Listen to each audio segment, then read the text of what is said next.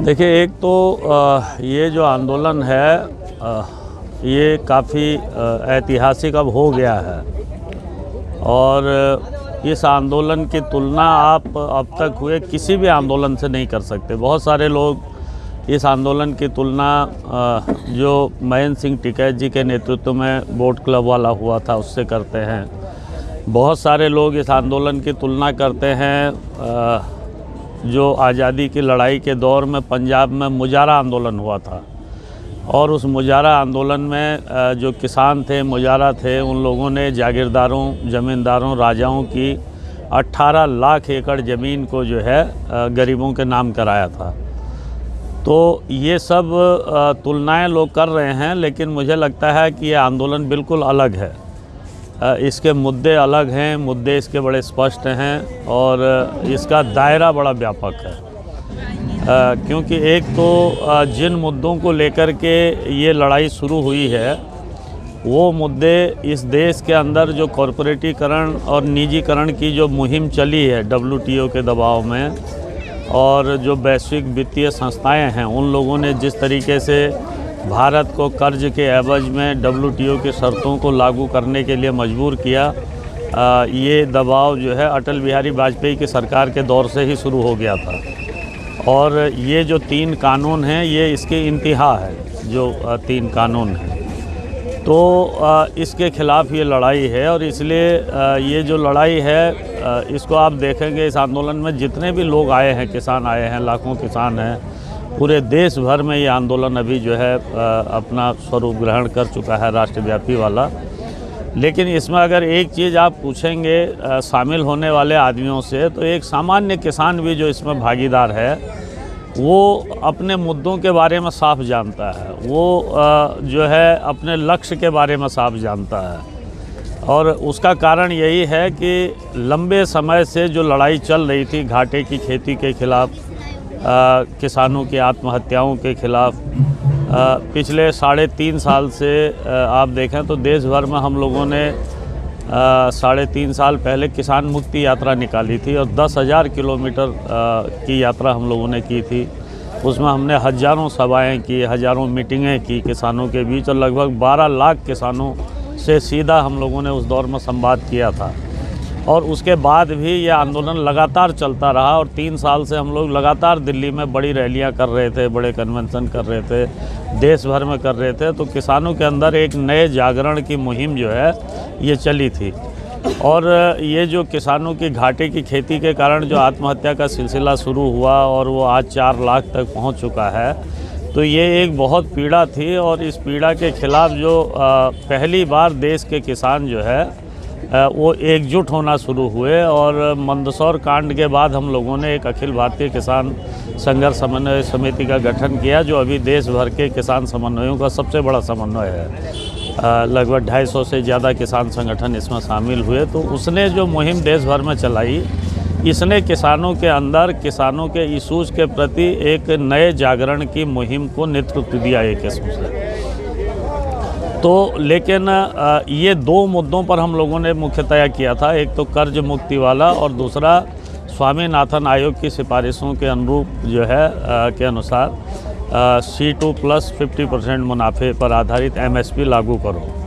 और जो मोदी सरकार का वायदा भी था। और इसलिए इस सवाल पर पूरे देश भर में किसानों की गोलबंदी हुई, किसान संगठन एकजुट हुए और एक बड़े समन्वय की तरफ बढ़े। लेकिन ये सरकार दरअसल में इसके ऊपर जो जिस तरीके के दबाव थे कॉरपोरेट के, मल्टीनेशनल कंपनियों के, WTO के, तो इन दबावों के चलते अभी जो कोरोना काल था, इस कोरोना काल में इसने हर वो कदम उठाए हैं जिनका साहस सामान्य स्थितियों में ये सरकार नहीं कर सकती थी। और अभी ये जो 3 कानून आए हैं ये पूरी तरीके से हमारी खेती, हमारी किसानी, हमारी खाद्य सुरक्षा, सबको कॉरपोरेट और मल्टीनेशनल का गुलाम बनाने के जो हैं ये दस्तावेज थे। ये एक नई कंपनी राज के जो हैं ये दस्तावेज हैं और नई गुलामी के दस्तावेज हैं। तो इसको लेकर के किसान संगठन, चूँकि एक मुहिम में पहले बधे ही थे, तो इसको लेकर के हम लोगों की चर्चाएं हुई और इसके खिलाफ एक बड़ी लड़ाई का जो है फिर सब किसान संगठनों ने मन बनाया।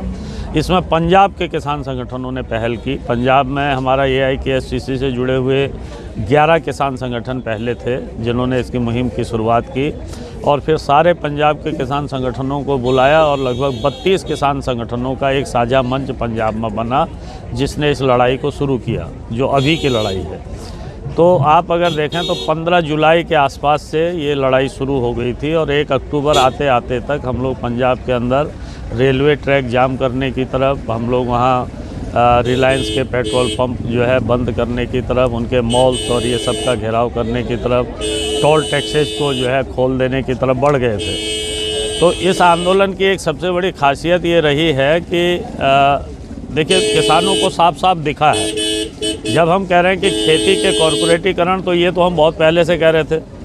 लेकिन इस बार किसानों को वो साफ साफ दिखा। जब हम कह रहे थे कि ये जो है पूरे हमारे अन्न के भंडारण पर जो है कॉर्पोरेट का कब्जा हो जाएगा, हमारे डिस्ट्रीब्यूशन सिस्टम को जो अभी तक का है PDS वाला वो ख़त्म हो जाएगा और कॉर्पोरेट और बड़ी पूंजी के कब्जे में जो है पूरे हमारे बाज़ार चले जाएंगे। तो ये उस समय तक लंबा समय किसानों को समझने में लगा,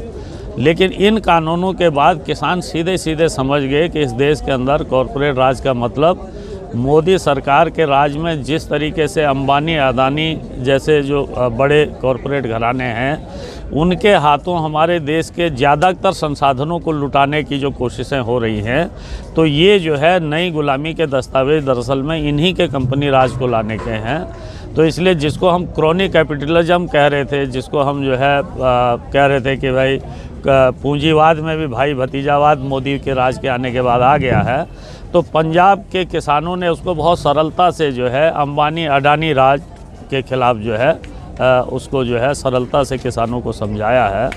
और ये किसानों को बहुत साफ हो गया है कि ये जो नए वो हैं जो कानून है ये इस देश के अंदर अंबानी अदानी जैसे कॉरपोरेट घरानों के हाथों हमारी खेती, हमारी जो खाद्य का भंडारण है और हमारा जो पब्लिक डिस्ट्रीब्यूशन सिस्टम है उसको उनके हाथों गुलाम बनाने के जो है दस्तावेज है। तो ये जब किसानों के समझ में आया तो ये आंदोलन बड़ा व्यापकता ले लिया और आपने देखा होगा कि पहली बार इस देश के अंदर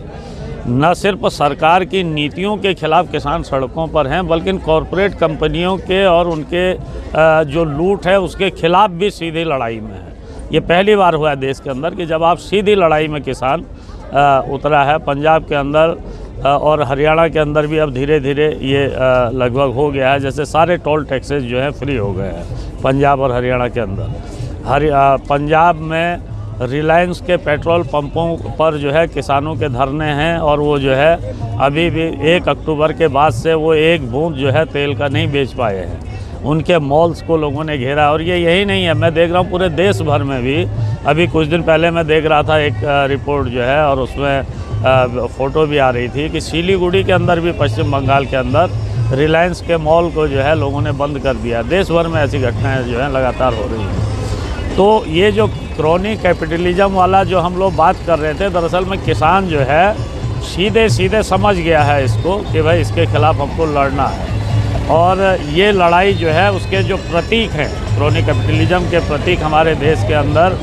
और जो WTO के शर्तों के तहत जो उदारीकरण की नीतियाँ चल रही हैं और उनसे सबसे ज़्यादा बेनिफिट उठाने वाले जो कॉरपोरेट घराने हैं उनके प्रतीक के रूप में अंबानी अडानी घराने जो है वो हमारे देश के अंदर पहचान में आए हैं और किसानों ने सीधे सीधे उनको जो है फिर अपना निशाना बनाना शुरू किया है। तो ये इस आंदोलन की बड़ी खासियत है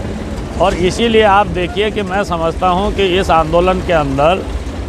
जो अन्य तबके हैं, अगर आप देखेंगे कि हमारे यहाँ जो है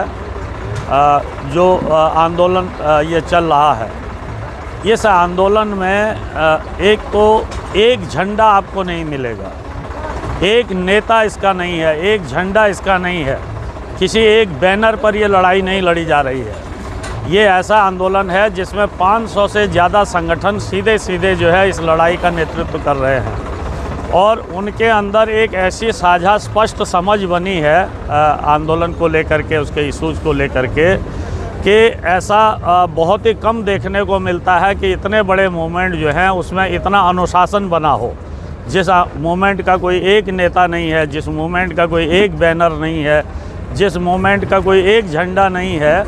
जहां 500 से ज़्यादा संगठन आंदोलन का नेतृत्व कर रहे हों और उस आंदोलन में इतना बड़ा अनुशासन बना हो, ये बड़ी ख़ास बात जो है इस आंदोलन की है। दूसरी बात, इस आंदोलन की अगर आप देखें तो हम लोगों के देश के अंदर हम जिस लोकतंत्र के संस्थाओं पर मोदी राज के आने के बाद हमले हुए हैं और जिस तरीके से धीरे धीरे तमाम लोकतांत्रिक और संवैधानिक संस्थाओं को नष्ट किया जा रहा है, तो उसके खिलाफ ये आंदोलन अगर आप देखें तो ये लोकतंत्र की पाठशाला के रूप में डेवलप हुआ है। ये इसके अंदर अगर आप देखेंगे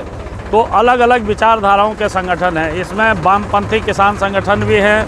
तो इसमें जो है दक्षिणपंथी किसान संगठन भी हैं। जैसे शिव कुमार कक्का जी वो आरएसएस बीजेपी से जुड़े हुए रहे हैं, रामपाल जाट जी आरएसएस बीजेपी से जुड़े हुए रहे हैं। दूसरी तरफ हम लोग जैसे वामपंथी संगठन भी है।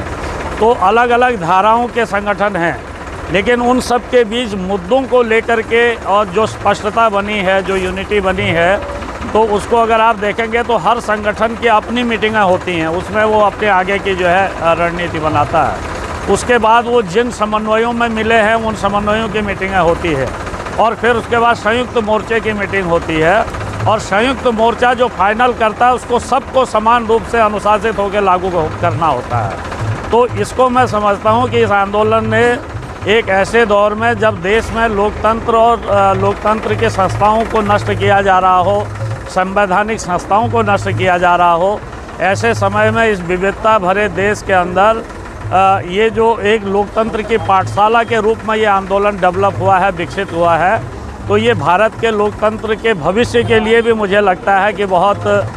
बेहतर एक उदाहरण बनने जा रहा है, जो आने वाले समय में भारत के अंदर लोकतांत्रिक संस्थाओं की रक्षा के आंदोलन के रूप में भी भविष्य में डेवलप होगा।